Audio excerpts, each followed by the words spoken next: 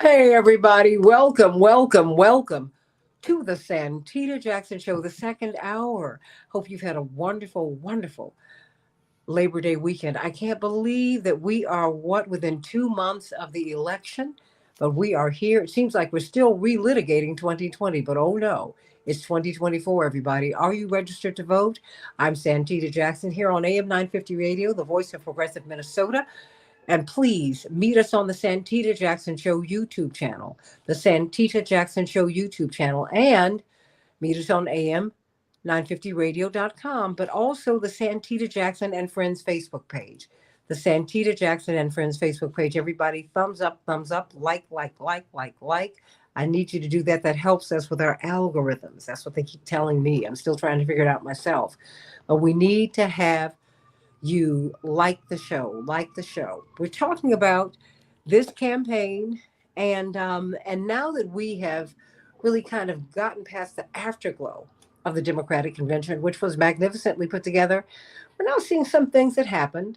And we talked about that in real time. Some things that happened that left some communities still smarting, uh, dissatisfied, and maybe open to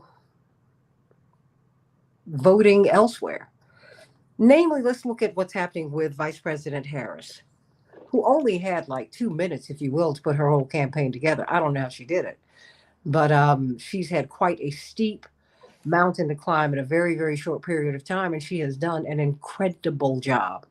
That having been said, well, this is her opportunity. You can't sometimes, Wisconsin State Representative Lakeisha Myers, Texas State Representative Ron Reynolds, Ariel Gold, Fellowship of Reconciliation Executive Director, and of course, the iconic Dr. James Zogby, who's so much of the reason that we're even here today having this discussion is because of his work over the last 50 years. The fact is, this is an incredible moment. It's an incredible moment.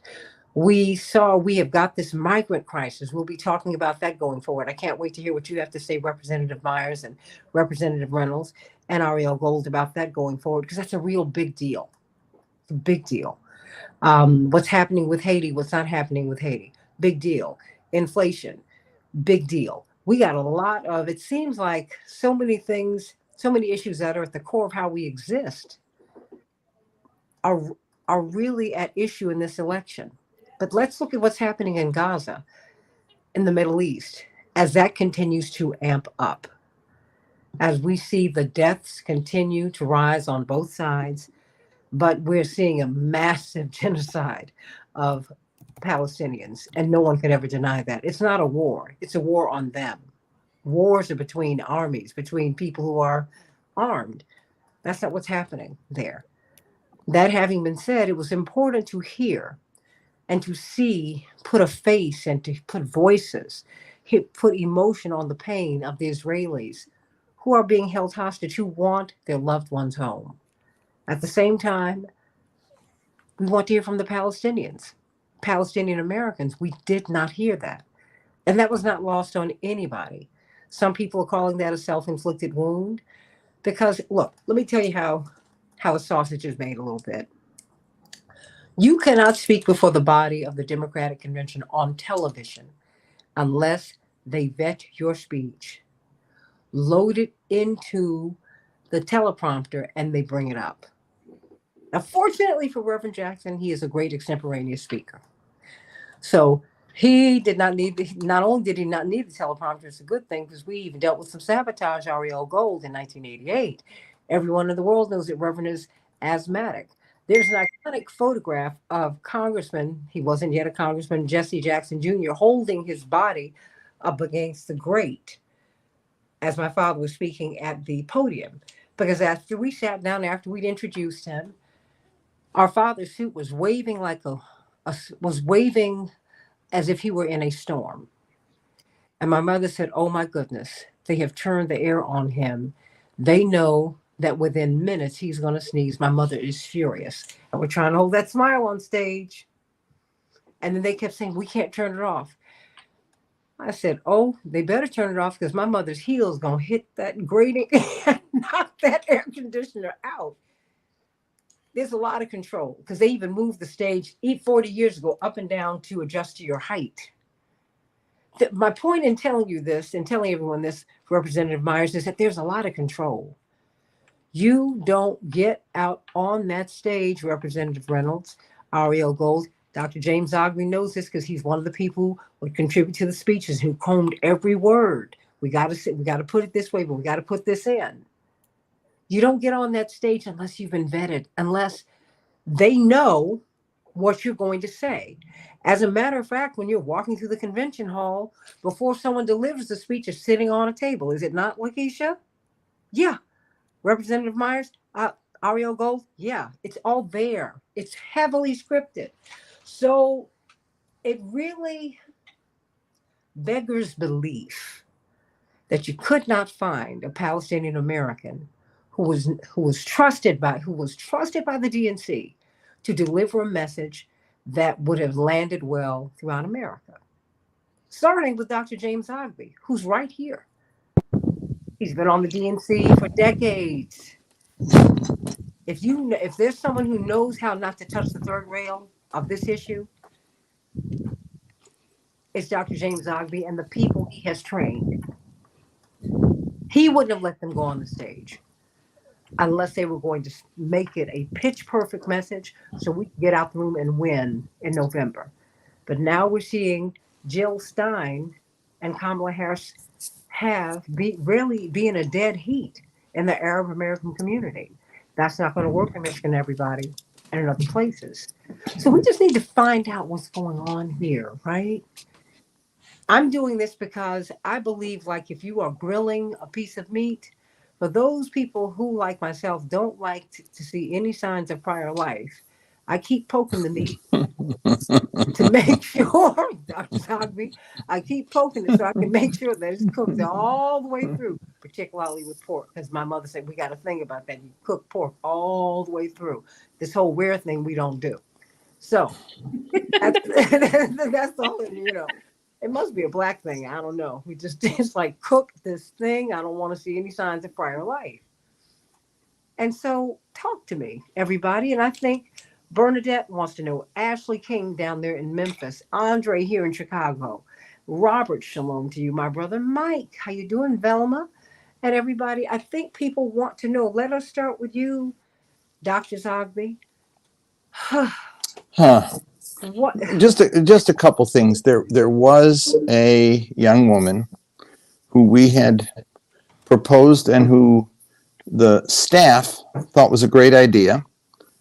She was from San Francisco. She was a friend of Kamala Harris, had been supporting her since the 1990s when she was Assistant Attorney General or Deputy Attorney General in San Francisco, is a member of the DNC Finance Council, has raised millions for Democrats over the years, and is still close to Kamala Harris. She had lost scores of family members in Gaza and spoke at a panel that we did that was sanctioned by the DNC at the McCormick Center earlier in the convention. But we thought, what a perfect person to put there. She's obviously going to be vetted and pass vetting because she's a member of the Finance Council of the party. She's a friend of the vice president and was willing to deliver a scripted speech, just wanted to put a human face on Palestinians.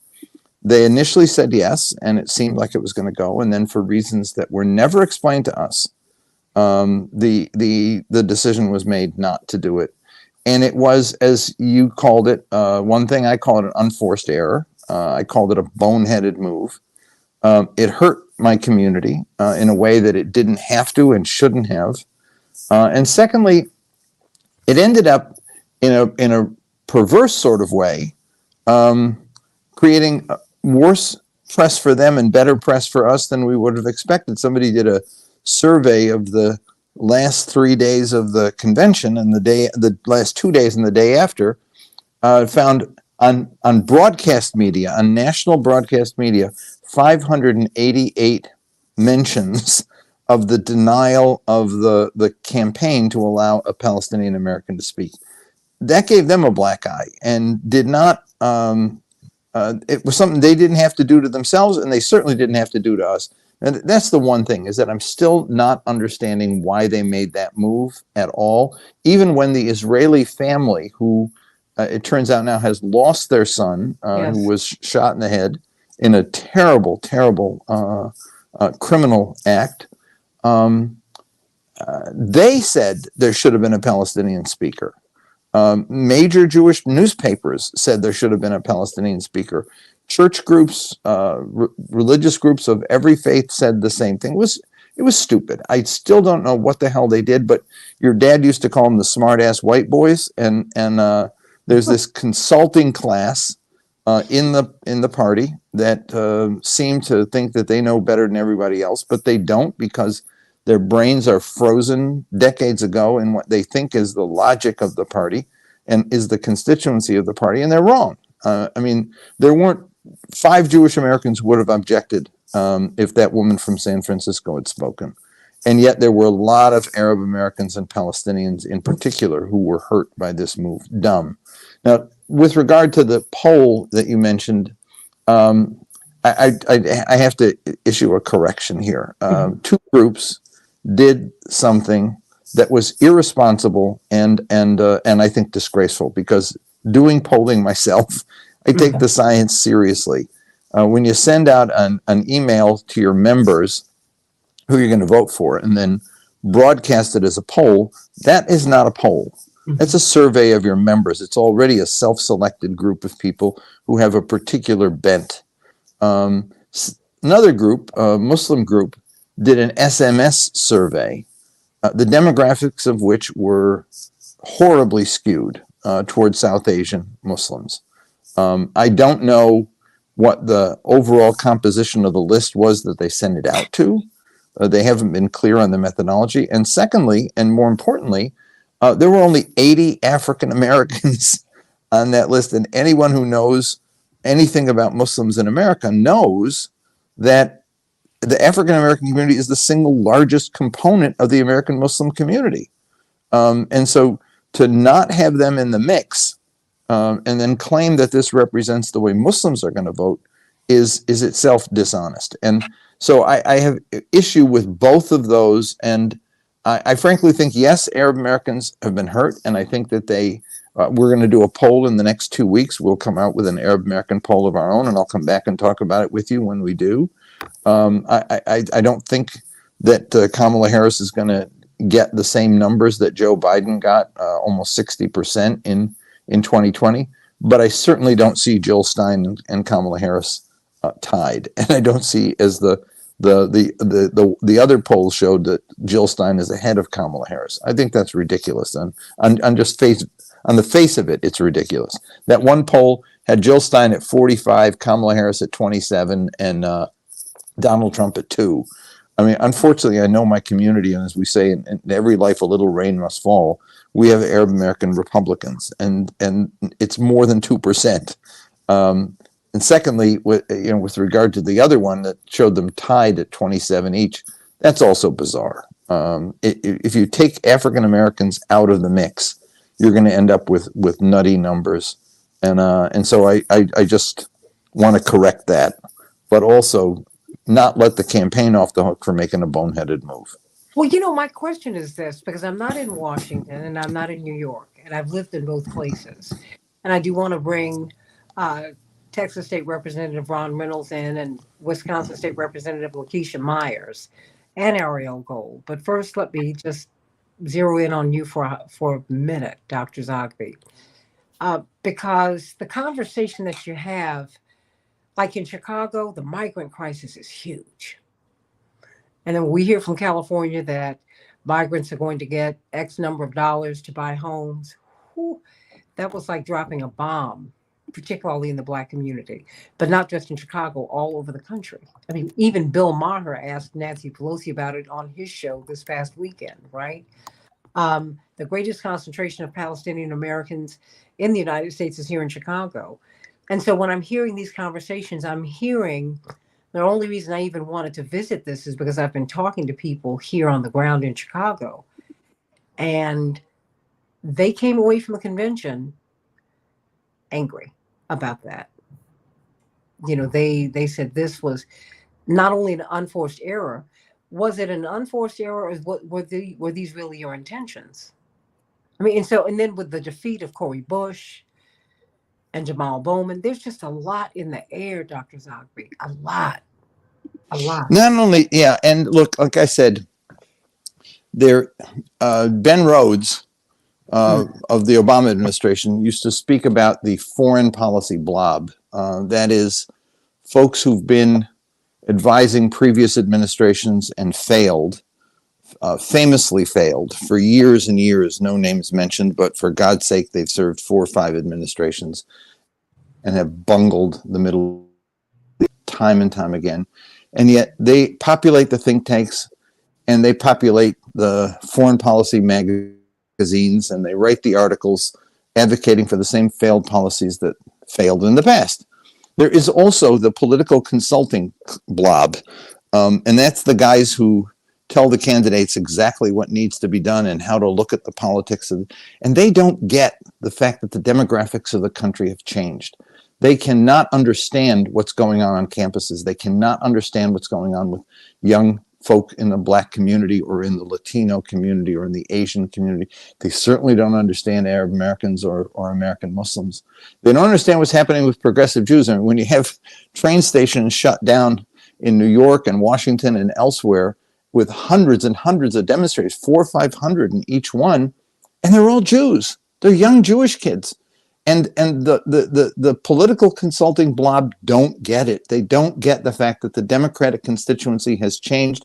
And on the issue of Gaza in particular, there is an outrage that they not only, the consulting class, don't understand, but it's like that song, the Bob Dylan song, there's something happening, you don't know what it is, do you, Mr. Jones? They have no clue at all what's going on. And they have led successive administrations and campaigns to disaster. And unfortunately, they made this kind of move with Kamala Harris, and it passed muster and went all the way to the top. And I'm sure she had bigger and better things to be doing at the convention than that.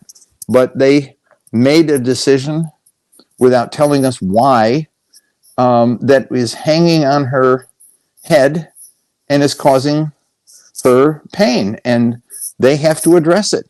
They really have to address it. I had a call today with campaign folk about mobilizing Arab Americans. I really want her to win, and I really want Arab Americans to be a part of it. But I said to them, you got to give us something.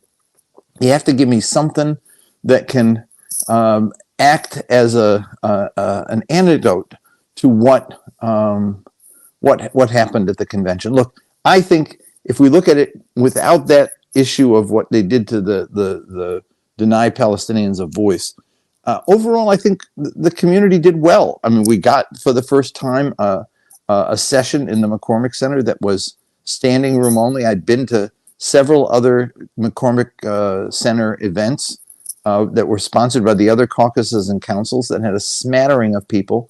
This had 300 seats, and there was standing room only all around the back of the room and the side, and people crushing to get in.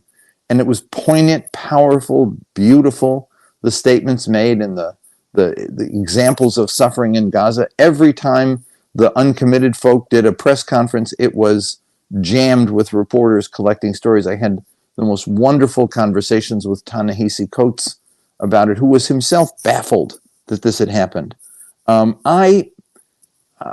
It's time for her to do something, for the campaign to do something to say, we gotta fix this. And it doesn't mean you throw Israel under the bus. It doesn't mean you do something dramatic. It means that you send a message to the community loud and clear that says, I get it, I know you're hurt, and I want to make this better. And that's not a big ask, but it's an important ask. And like I said, I can't imagine losing 5 Jewish votes over it, but I can imagine winning a whole lot of Arab American votes and Muslim votes as well, if she did the right thing at this point to make up for the error that was made. Well, and no one's been on the front lines longer than you, Dr. Zogby, and you've been at the forefront of the struggle with not just outside the party, but getting in the party in the Democratic Party and being in leadership in the party and helping to run the Jackson campaigns, it was a different kind of negotiation. And we have to talk. That's why I really wanted you here to Thank talk you. about that, because many people, well, I mean, it's the work. I mean, I was trying to explain to some young people as they're really trying to talk to my brother, Congressman Jonathan Jackson, about things that they want him to do. I said, you do know that being as one of the initial signatories of the ceasefire Mhm. resolution, there are some there are some councils that he now cannot get on. Mhm.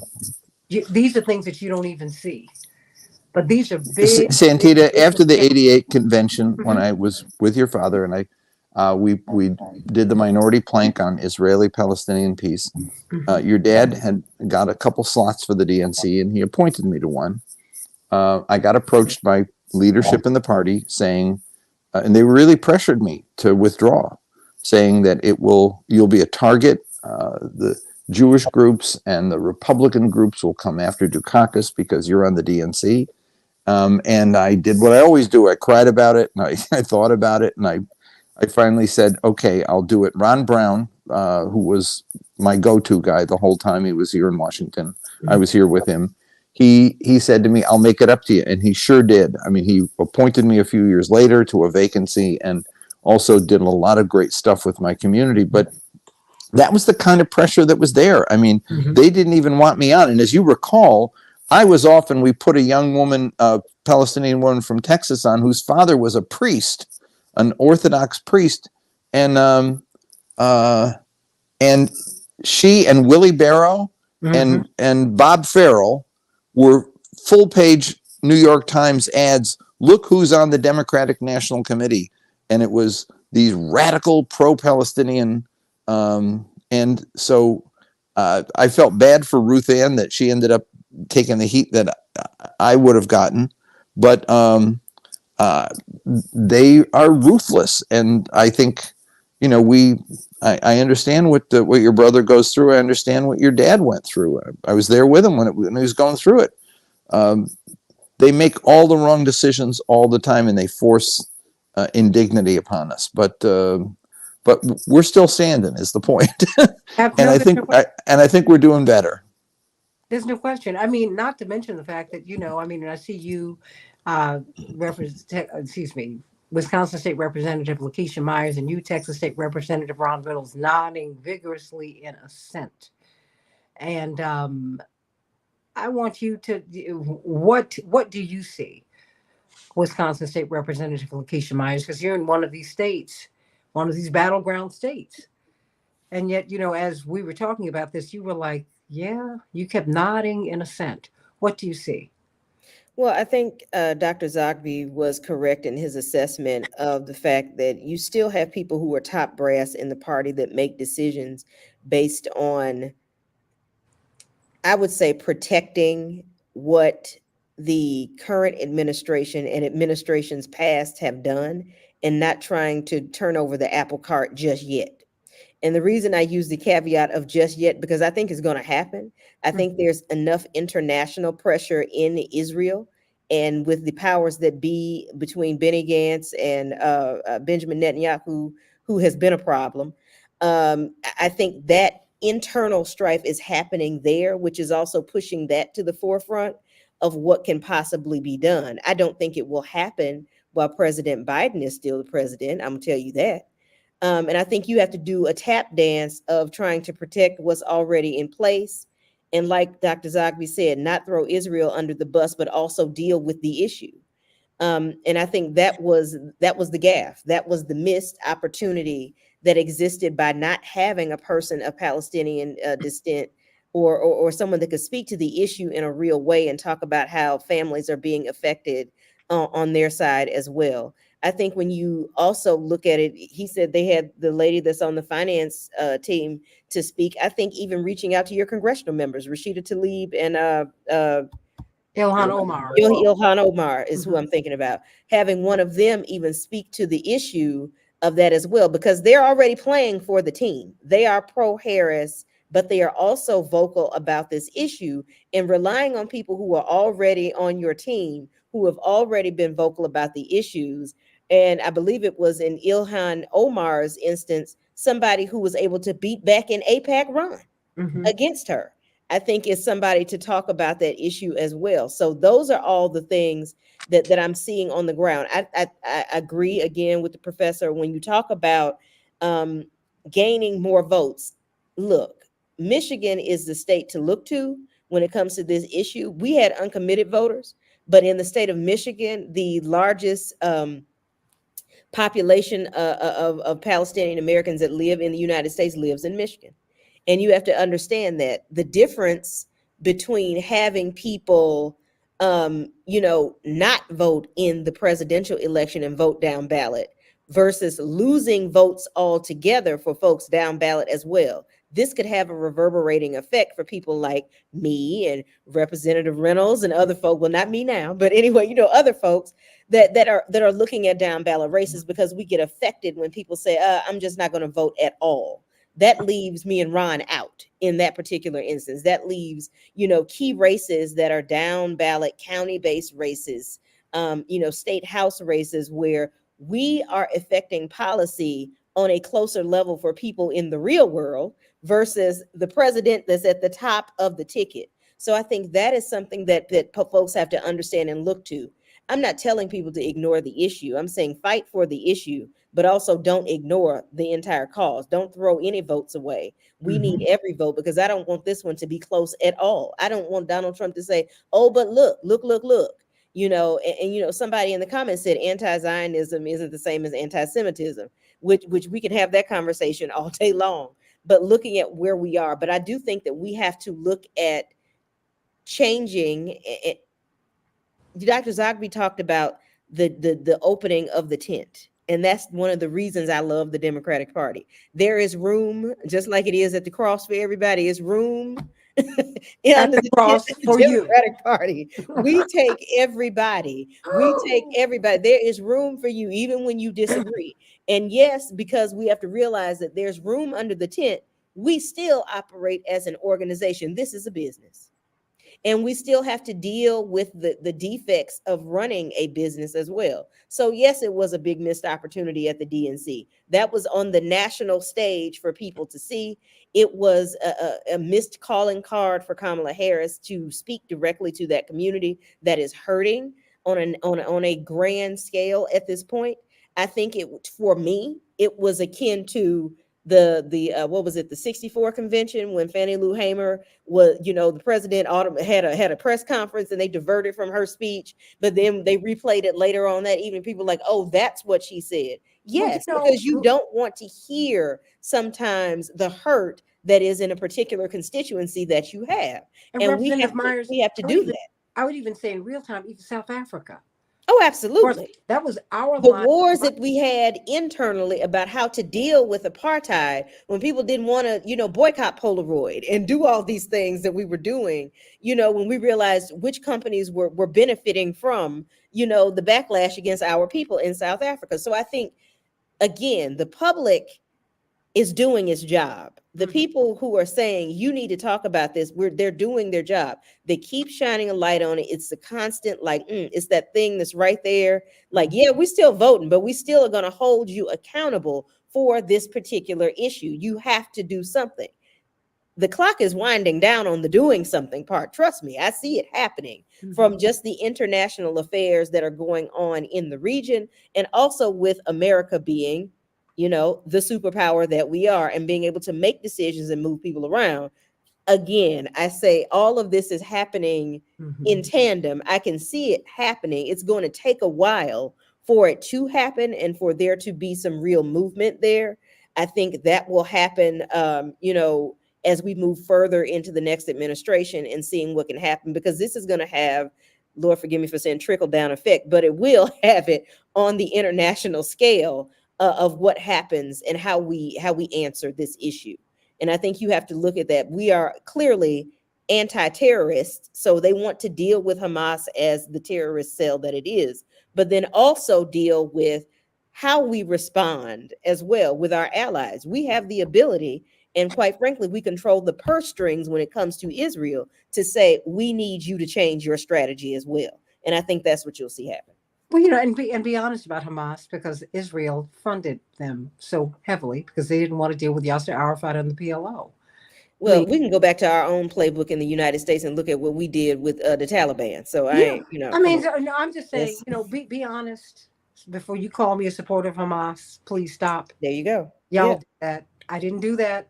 Right. Please stop That's putting it. this, Stop Ariel. putting it on me. Yeah, Stop that's putting it. this. Don't put this on me. I didn't come up with this. Mm-hmm. No, I'm not going to say you all. Y'all came up with this. Now I got to deal with it. Because now America, not just Israel, America's becoming the pariah state that South Africa was. See, because what people don't understand is that South Africa became a pariah state and they couldn't participate in the world body. Right. So they had to let Nelson Mandela go. They had to, because And guess that what? same level of pressure is going to have to be put on Benjamin Netanyahu. And like I said, it's coming from And the right Benny wing. Gantz and others, but it's still there. That level of pressure is raising across the world for people to say, wait a minute, And okay, you see what happened to our you soldiers going in too far. Turkey. You see what happened to our soldiers in Turkey. And that is just a little something. I mean, that's but a foretaste of what we're dealing with. What Ariel Gold, you're back here, and I know all my little 5 feet of trouble. Come on, what you what do you have to say? Well, I've been thinking endlessly about the families of those 6 hostages that need not have been executed in the back of the head and the face. Brutal, but that need not have happened, right? That need not have happened. We know that Hamas are brutal terrorists, and they told us that they would execute those hostages, and Netanyahu refused to make a deal, and I think it haunts What me in is my he? Wait a minute, Ariel. What is he doing? He doesn't care. The area where those hostages came from, it's called the Gaza envelope, the area outside of Gaza in southern Israel. That is that is the leftovers of the Israeli peace movement. This is the Israeli left. Hirsch, the son who was just executed of the parents, the Goldberg Polans who spoke at the DNC, Yeah. had on his wall a sign in English, Hebrew, and Arabic: Jerusalem is for everyone. He's an anti-occupation activist. This is where the majority of them live in Israel. These are the kibbutzes. This is the left. So of course, Wait a minute. So them back, like, not at all. Hold on, no, because I want people to hear that these are people who are not politically aligned with Netanyahu. Because this is cold. This is horrifying, quite frankly. And it's not just Netanyahu. Let's say that they don't have a political constituency that wants them home.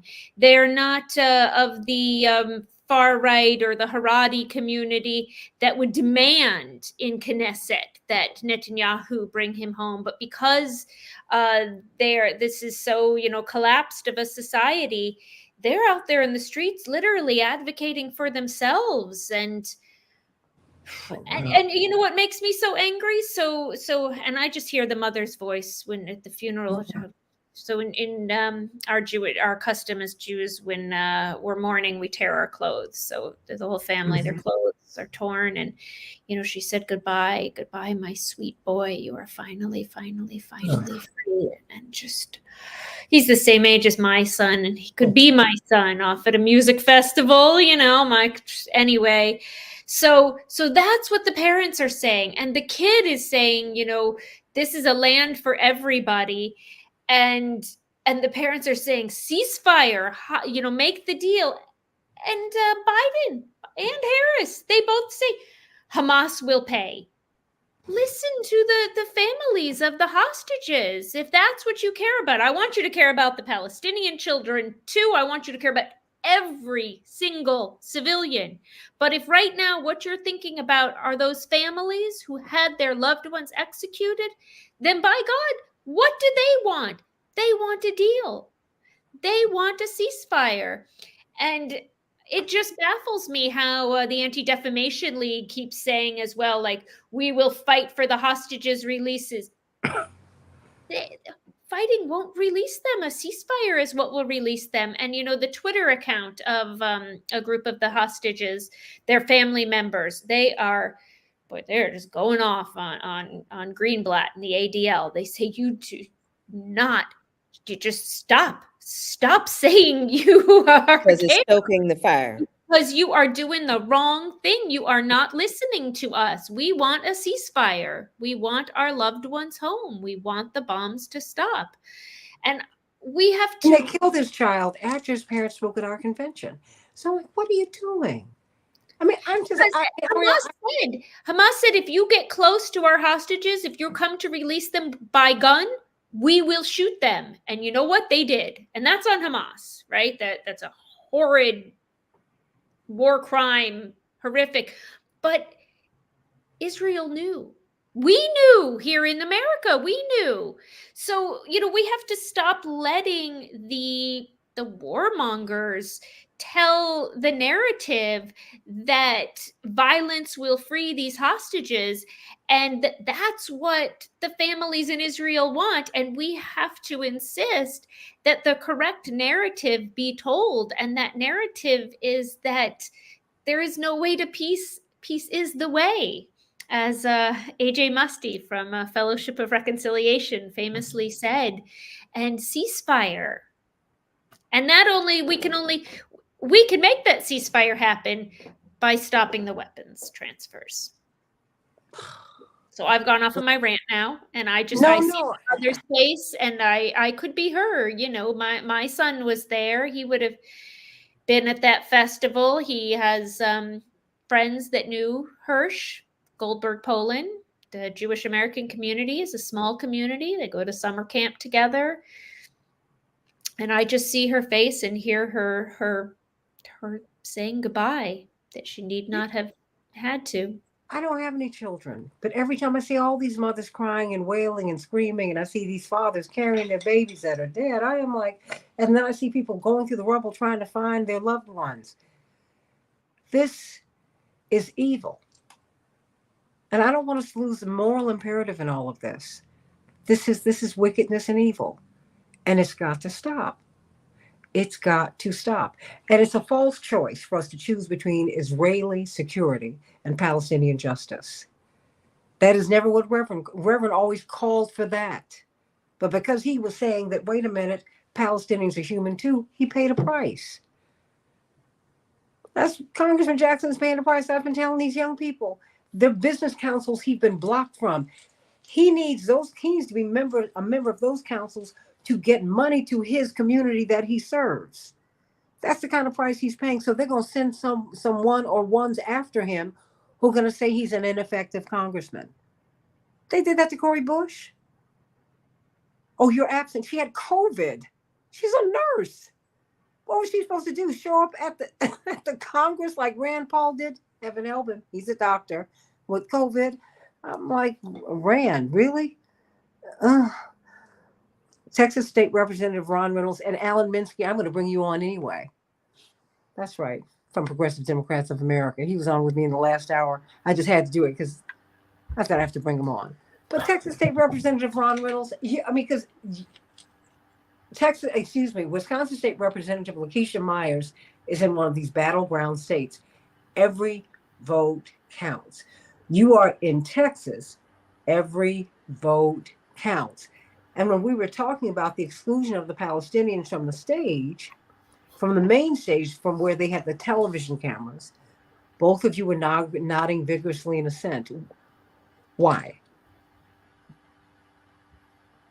Representative Reynolds? Oh my goodness, I think he might be frozen here. Okay, we're going to wait for him to come back up.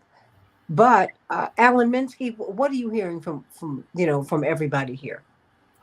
Well, I mean, this is a very, very difficult situation because, there's no greater set of social sins than to witness war crimes, the mass slaughter of individuals, the war crimes also that Ariel just highlighted as well. And to have a government that has a hand in what's ongoing and we're in a situation where we have two choices as to who's going to win the presidency. And the reality is I think we have to advocate honestly, including to the people who would have been voting for the Democratic Party.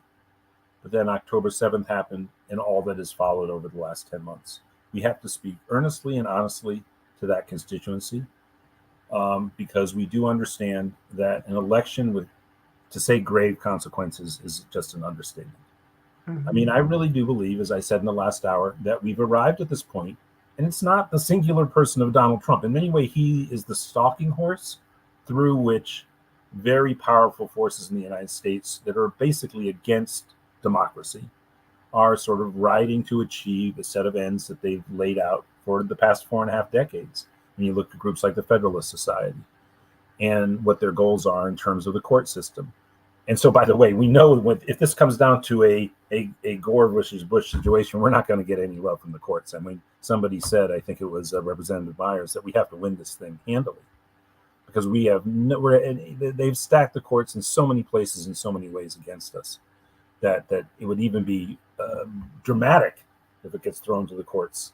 We know the result, what it will be if it gets thrown to the courts. The Supreme Court will eventually make its way there, and we know how they'll vote. They'll vote for the maintenance of their agenda and the maintenance of the Federalist Society agenda to transform the courts in the ways that big business wants them transformed, the ways that a whole set of very powerful forces in the United States want to see, that limit the power of the population to determine public policy.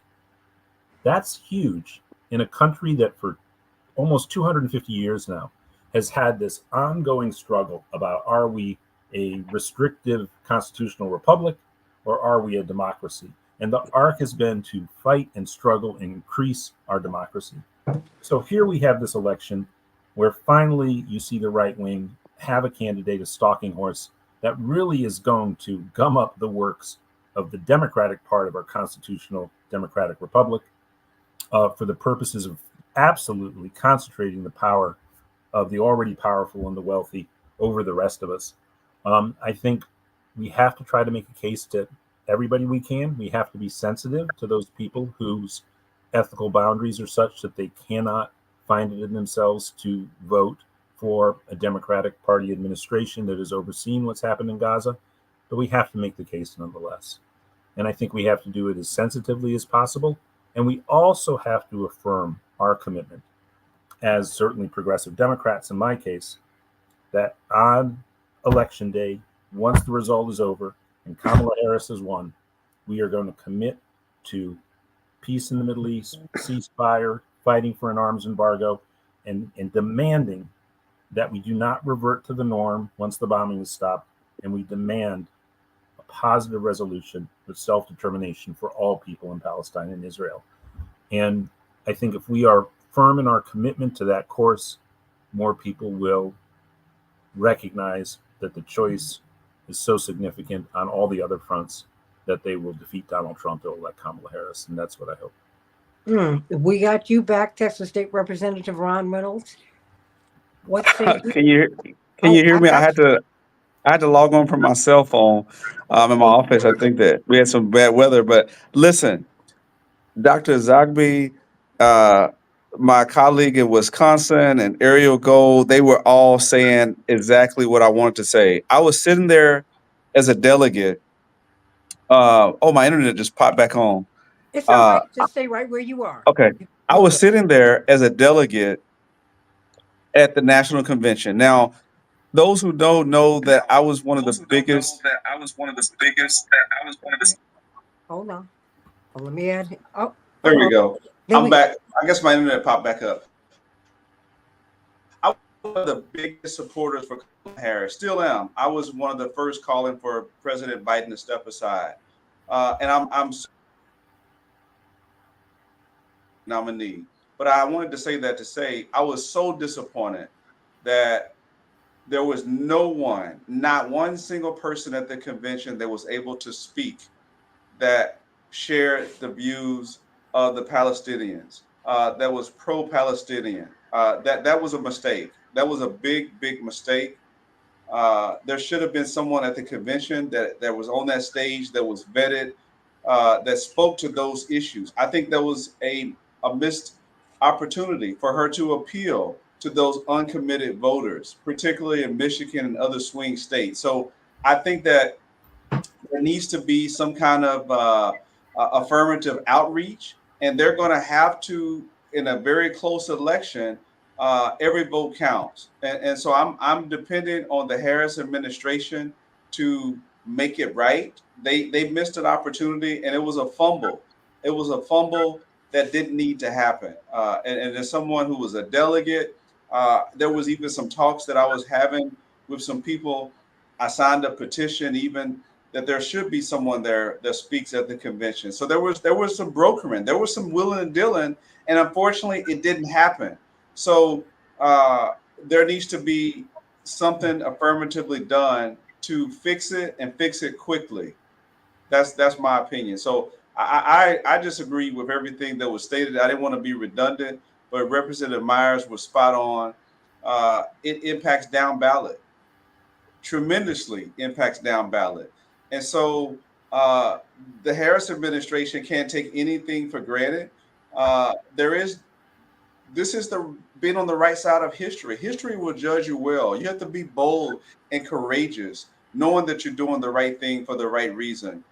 Yeah, you may piss off a few people, but you're doing the right thing, and you're pissing off a whole lot more people when you don't do it. So that is my 2 cents. I'm still optimistic that they will do the right thing affirmatively. In her acceptance speech, I know she tried to have a fine line with the way that she approached it, but to not have someone there on stage was a mistake. Well, I mean, and Dr. Zogby, you know better than anyone because you're one of the. He's Alan Minsky from Progressive Democrats of America. He would help to craft Reverend Jackson's speeches because people don't realize, Dr. Zogby, and you know this with Bernie Sanders, with Senator Sanders. It's Ariel, Representative Myers, Representative Reynolds. It's a group effort. And even though Reverend delivered it and he was extemporaneous, I'm not denying his genius, but I can't deny Dr. Zogby's genius, or Dr. Ron Walters, or Jack Odell, or all these people, or Frank Watkins, all these people, Gene Sindab, Alexis Herman, all these people, Lamont Godwin, all these people who came in and said, no, you need to say it this way. What's the path forward? But let me tell you one thing.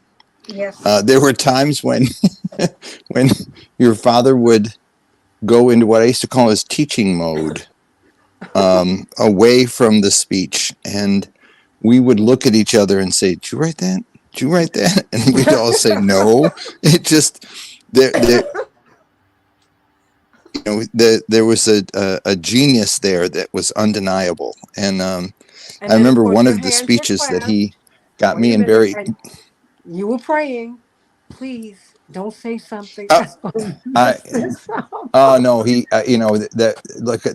there was a divine muse that infused his thinking. I remember this one speech he'd been troubled about something. I'm not going to get into the details, but he wanted to do it and he didn't quite know how to. And I said one thing to him in the morning about a poem I'd read, and his eyes lit up and said nothing. And later in the afternoon, he sat down with Frank Watkins, Barry Commoner, and myself and said, "Try this."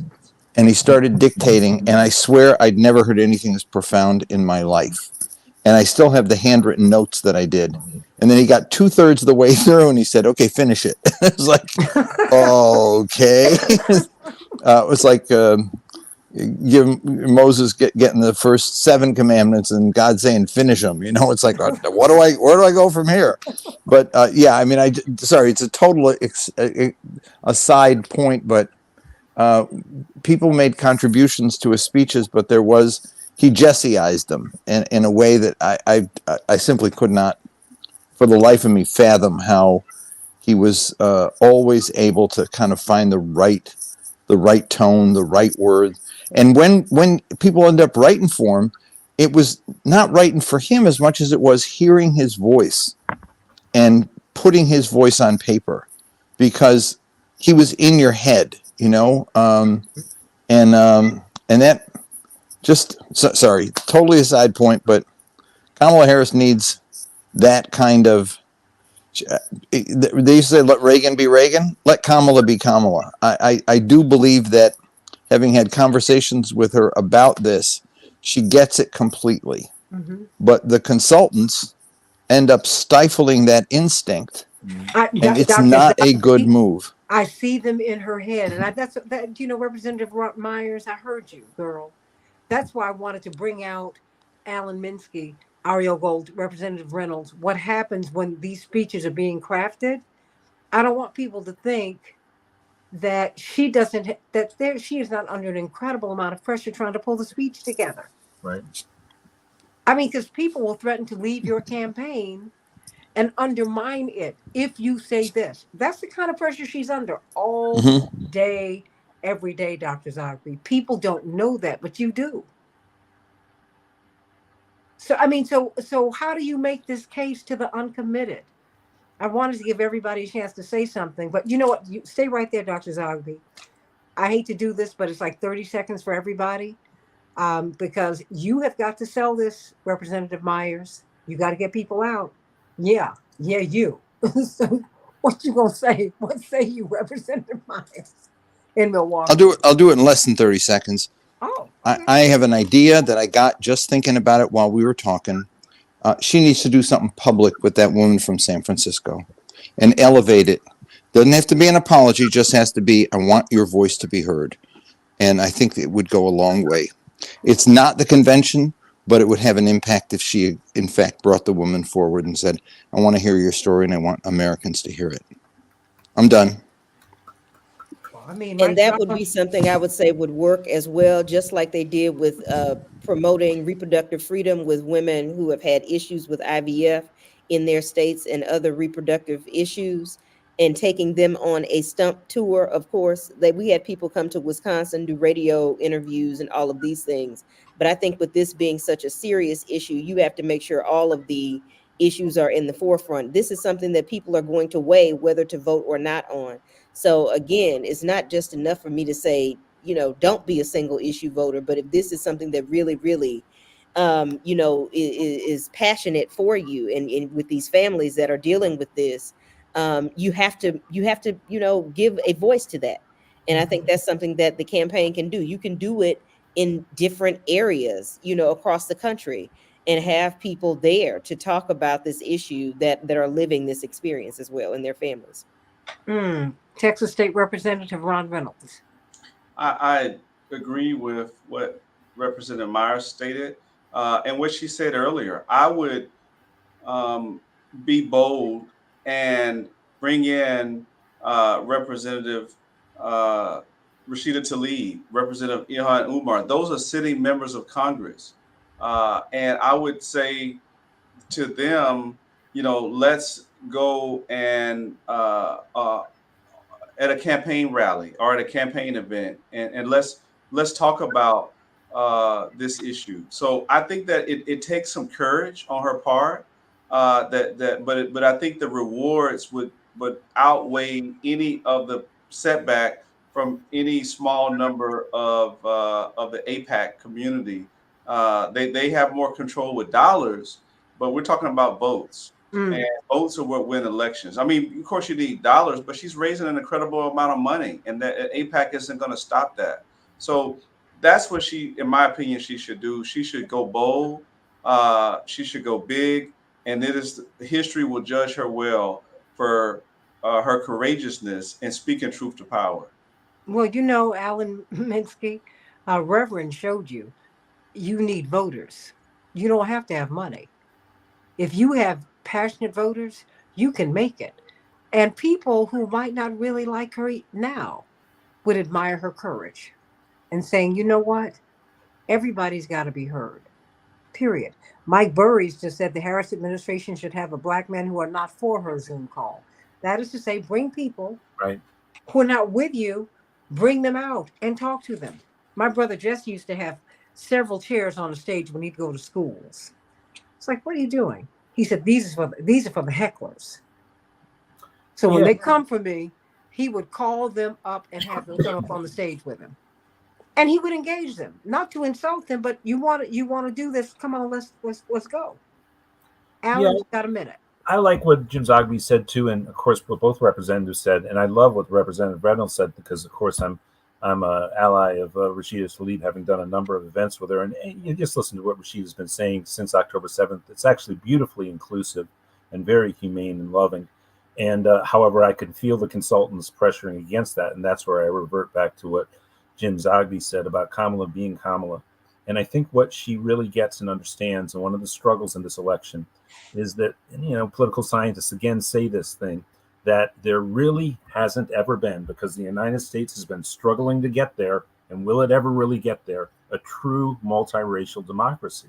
And she has cited that and understands it, and that means inclusivity. That means bringing forward a Palestinian American voice. And I think what Jim suggested with the woman from San Francisco, and starting to make sure that people understand that we are now a country that has to be a fully inclusive tapestry. And I think she really does believe that in her heart. I actually think she's a very solid agent, great agent for this historic moment on that message. But I do think it's essential that they bring forward Palestinian American voices in the way Jim did. And I would love, love, love if it gets to where very soon, too, what Representative Reynolds said. I'd love to see her on stage with Rashida. Yeah. Well, I let Kamala be Kamala. Yeah. When you are your most authentic self, you will win. And I think she can win.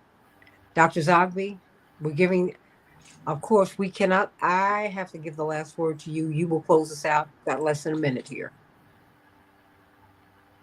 I thought I already did. No, okay, well then you're done. But I was going to defer to Ariel, but she's off the call. So look, you've inspired me to go back to the campaign with a couple of different asks, and they're not policy; they're human. They're responding to human concerns and needs. Something that I think would go a long way to setting the stage for a better turnout and a victory in November. I don't want to see us lose Michigan. It's too important to me to see us win Michigan. And I think this is something that we can do.